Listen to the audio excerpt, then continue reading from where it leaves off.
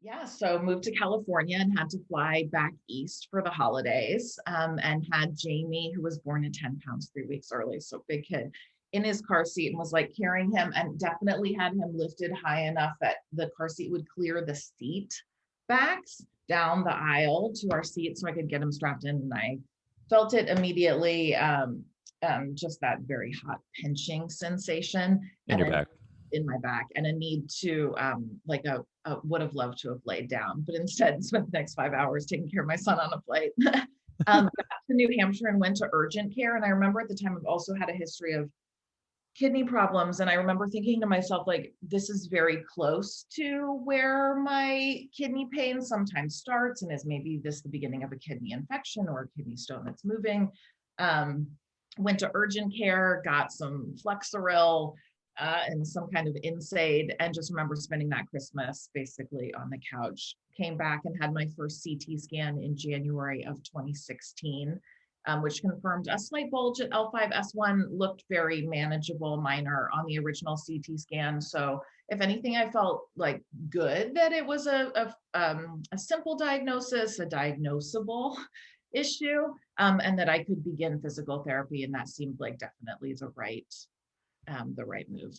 And was rest and did the NSAIDs help or anything, or was it more of like, okay, did you notice like a decrease in your pain? Because you said you had the I flight. think those meds for me both times around have taken the edge off. Like it's made it from truly unbearable to okay, I can get up and breathe normally and move slightly. But I definitely neither time were the medications like the solution for me. Absolutely not. Right. So you got this back pain. It's sticking around for the long term, apparently. Yeah, And you got a PT. yeah. And why don't you get into the experience with them? Yeah, original PT was good.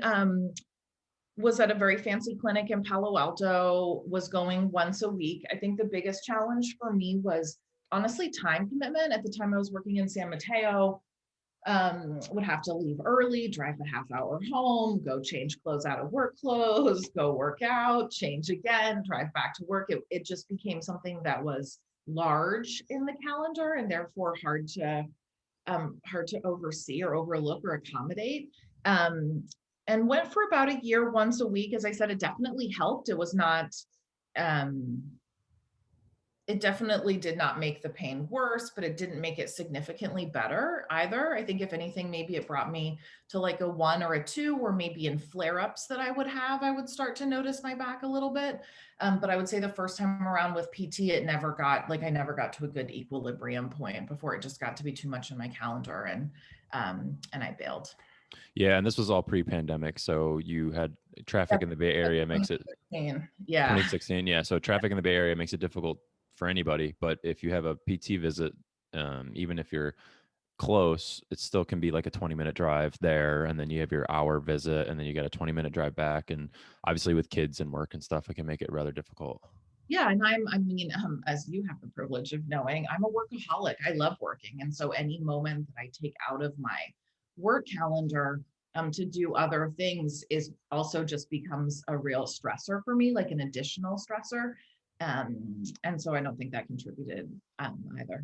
Did your low back pain affect work at all? Like when you were working, was it difficult to like work and sit for that long? You know, I've always had the privilege of like sit stand desks at work, nice chairs. Even now, my like chair that I sit in is one of my nicest pieces of furniture. Just because I do spend so much time in it every day.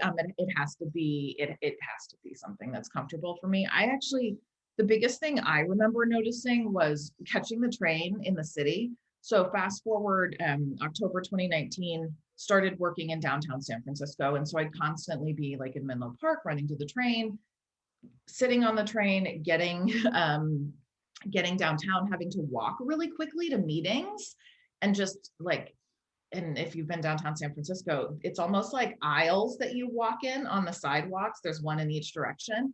And so I'd literally like a highway be walking, but then have to pull over to stretch. And like my left leg would get so numb and so tingly. And my left big toe had the funniest little sensations. And so for me, it was like, can I get to work on time? And then coming back to the train, can I catch the train on time? Like I need to leave an extra 10 minutes. So every 2 blocks, I can literally like put my walking blanker on and find a wall to go stand up against. And so that for me was the biggest. It was walking was an important part of my commute. And yet walking was also a really painful trigger for me. And then flying, I would say, was the other one. Any flights over 2.5 hours, I would always notice, have to stand up, stretch. And then of course, when I get to wherever I'd be, much more significant back pain. And then the way I would feel was a lot of numbness in my left leg. Yeah, and it makes it worse too, because if you have pain, your body wants to just avoid that pain as easily as possible. So you start walking all funny, and it can Oh, make it even worse. I totally swung my left leg. I definitely had like a swagger, we'll call it for sure. Well, in San Francisco, that might help you out a little bit. Yeah, right.